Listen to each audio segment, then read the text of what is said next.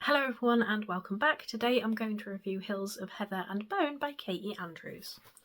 On the fringes of Erigel, Morana longs to exchange her life of hiding for one of peace with her husband Percy. While Percy's blood gift allows him to grow plants and heal broken bodies, Morana's a bone weaver, feared and despised for her ability to hear bones and raise the dead.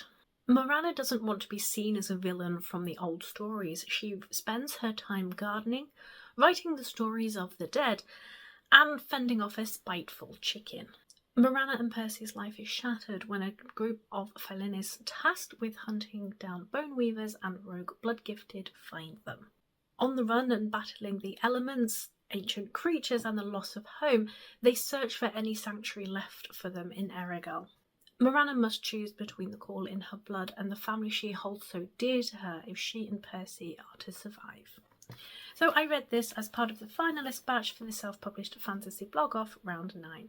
I'm not quite sure what I expected from the cover of this book, but what it wasn't was something that had death and grief written so beautifully that I was sobbing by chapter 2. This story is told from Morana's perspective, but Percy's life is interwoven with hers, and they are a little bit older, which is frankly something of a breath of fresh air. And there is a life lived here. She has had hard times. There are discussions of a miscarriage. She has chronic pain, which translates to something similar to arthritis. So she's been through it. And that chronic pain is something that is always in the forefront of her mind, of how to deal with her day-to-day life. And then as things escalate and they have to run away from home, how that really impacts their flight for their lives. And because we spend so much time with Morana, we get to admire the strength within her that she has. And as always, Percy supports her. Percy is intelligent and caring, but has that streak of stubbornness about him, which honestly works really well with Morana's personality. Their relationship is touching. It is something that is well established and settled.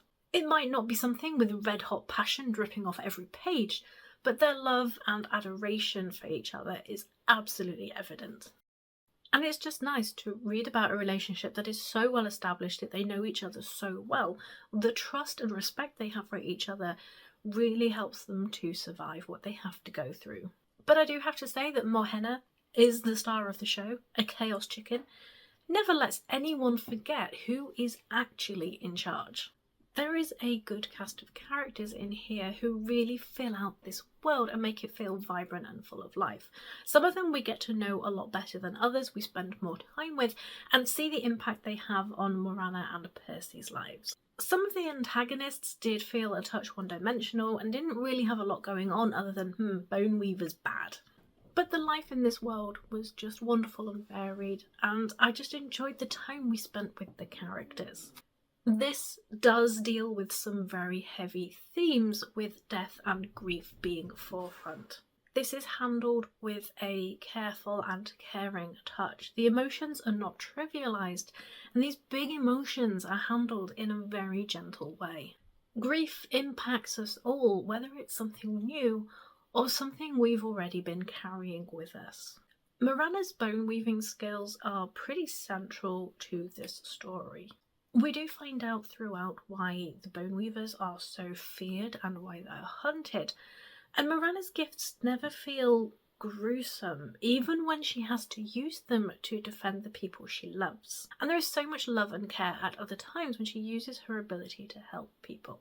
There is a cost, of course, with using the magic, and even this adds another layer of comfort to her bone weaver skills. Bone weavers do have to pay this cost, but they don't all pay it in the same way, and it is interesting to see how lives have become directed by it. There are multiple different types of magic available to people in this world, although you do tend to only use one.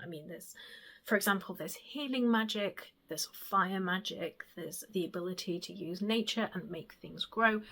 Very few people have the rare ability to use more than one type of magic.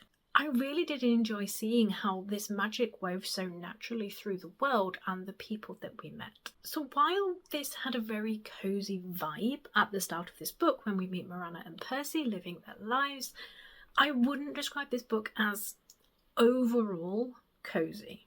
I've seen the phrase cottagecore mentioned, but I do feel like if anyone in a fantasy world has time to garden, then obviously things are not immediately drastic, and perhaps that level stepped down of danger just makes that cozy feeling just start to creep in. So there are 2 timelines here. The main story takes up the bulk of it, but interwoven with it is some time from the past where Miranda and Percy meet and get to know each other.